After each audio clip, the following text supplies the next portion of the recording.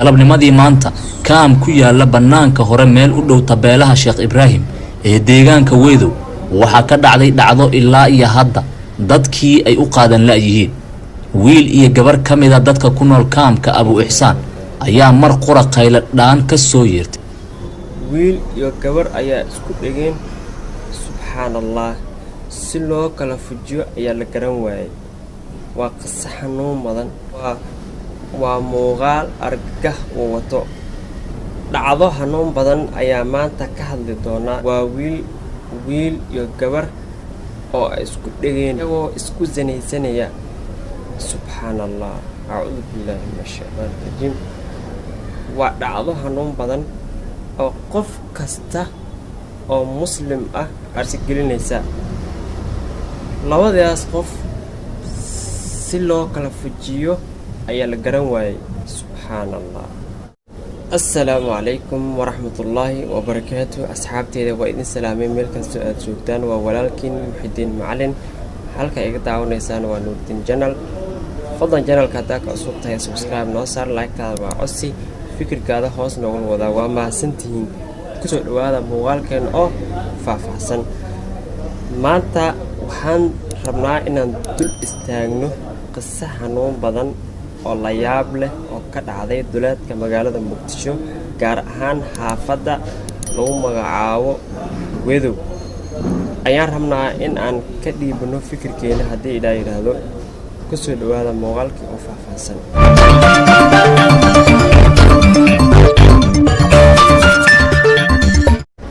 horta qofka bani aadamka ah ilaahay ma fadeexeeyo ee qofka isaga ayaa isfadeexeeyo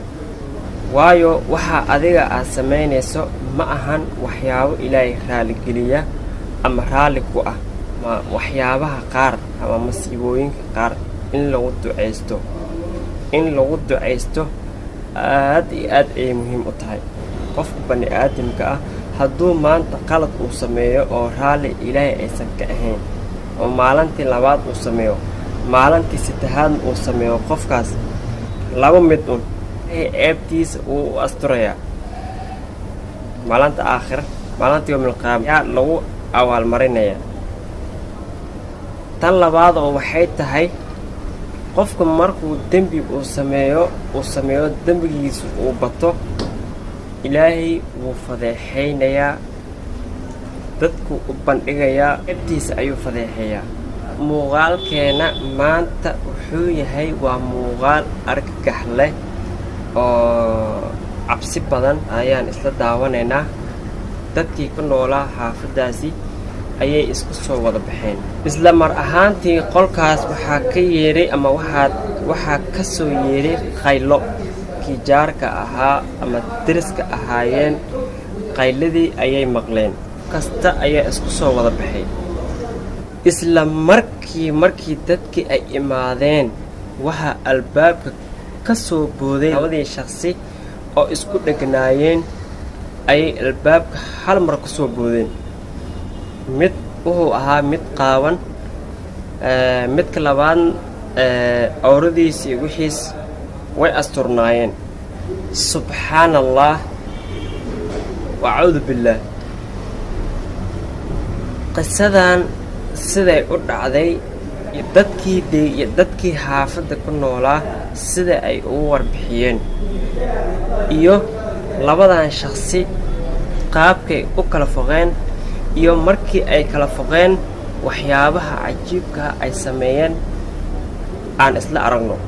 fadlan muuqaalka aan isla dhageysano si fiican si aan ugu cimri qaadano subhanallah dumarka oo dhan afka ayay gacanta saarteen raggii xaafada Weedow oo idil ayaa isku soo baxay taladuse meesha ay ka dhacday waxa waaye xaafadan lagu magacaabo Weedow oo ku taala meel kamid ah magaalada Muqdisho aan ku socono wiilka iyo gabadha awoodda alla dartiis iskugu dhagay iyaga oo isku galmoonaya maanta qaracanka halkan ka jira ma aha mid hadal kaliya lagu soo koobi karo subhanallah galabnimadii maanta kaam ku yaala bannaanka hore meel u dhow tabeelaha Sheekh Ibraahim ee deegaanka Weedow waxa ka dhacday dhacdo ilaa iyo hadda dadkii ay u qaadan la'yihiin. wiil iyo gabar ka mida dadka ku nool kaamka Abu Ixsaan ayaa mar qura qaylo dhaan ka soo yeertay. waxayna dareemaynaa dadka in ay shoogsan yihiin, waayo waxaad moodaa meel geeri ay ka dhacday amal ayay dadkii dhan isku wada imaadeen. dadka qaar amise gabdhaha qaar markaa fiirisid intay gacantooda afka ay saarteen way la yaaban yihiin. subxaan allah. u dadwacanaya una sheegaya in labadoodii xubnood ay isku dhegtay. markii hore cidima aysan rumaysan qayladooda ka soo dhex yeeraysay aqalka cooshada ka samaysan, balse markii xigtay waxay dantii gaarsiisay inay bannaanka u soo baxaan iyagoo qaybna ka dadan qaybna ay cawradoodu bannaan tahay, taas oo kadib sababtay in ay isku soo baxaan dhammaan dadkii ag deganaa kaamkan oo isugu jiray haween, carruur iyo odayaal. marka wixii odayaal ahaa iyo wixii carruur ahaa wixii naaga ahaa dhan meeshay wada imaadeen. waxaa loo malaynayay in la duubo dadkaas oo dhibaato ay ku dhacday. marka lama duubin. meesha waxaa joogay warbaahinno kala duwan, warbaahinyaal oo kala duwan. taasna aaday u fiicnayd, waayo haddii maanta la duubi lahaa dadkaasi dhibaato kale ayay geli lahaayeen. maadaama ay sheegteen, maadaama ay dhaheen inay isku qabeen khudba sireed, ilaahay ceebtooda ha asturee. aan ku socono. dadka deegaanku inooma xaqiijin in wiilka iyo gabadhu isku dhegay ay isqabeen oo annagana ma xukmin karno. hase yeeshee sida aan ka soo xigannay 3 qof oo goobta dhacdada ay ka dhacday tagay goobjoogana u ahaa, waxay inoo sheegeen in gabadha iyo wiilkuba ku doodayeen oo afkooda laga maqlayay iyaga oo dhahaya khudba siro ayaan isku qabnay. horta waxaan baaray guurkan khudba sireedda ah oo dadka ay isku guursanayaan. khudba sireedkan oo dadka ay isku guursanayaan haddii ilmo ay ka dhashaan labadooda, culummada Soomaaliyeed waxay tidhi ilmahaas ilmo sax ah waay, yani xalaal waay. laakiinse waa dad ay u mareen oo meherkooda iyo qaabka ay isku guursadeen ayaa khalad ah. laakiinse canugaas uu dhashay, canugaas xalaal waaye, laakiin waxaa rabaa in la saxo qaabka ay isku mehersadeen ama qaabka ay isku guursadeen ayaa la saxi doonaa. ma ahane ilmaha waa sax, waa la isku raacay. aan ku socono. ahayd arrin argagax ku beertay dadkii halkan isugu yimid. qaylo, inkaar iyo duco ayaa isbarbar socotay. marka Soomaalida waxay dhahdaa wax la qarqari maalin ay imaadaan. dadka ay isku guursanayaan khudba sireedka waxaa fiican in wadadii sax ah loo maro oo la ilaamiyo. rasuulkeena sallallahu calayhi wasallam ayaa noo sheegay guurka in la ilaamiyo oo si xalaal ah ay isku guursadaan ummadiisa. waxaan leeyahay ummadda Soomaaliyeed oo ay isku guursanayaan khudba sireedka, waxaan leeyahay iska dhaafa wadada xalaasha ah oo Ilaahay noo baneeyay oo rasuulkiisa noo baneeyay aan raacno. saas ayaan leeyahay. in dadkan sheegaya inay isqabaan haddana isku dhegay uu alle faraj degdega u kala furo. muddo saacad iyo bar oo dhacdadan ay taagneed waxaa 20 oday oo ka mid ah ragga degan kaamka qur'aankana si wanaagsan u yaqaana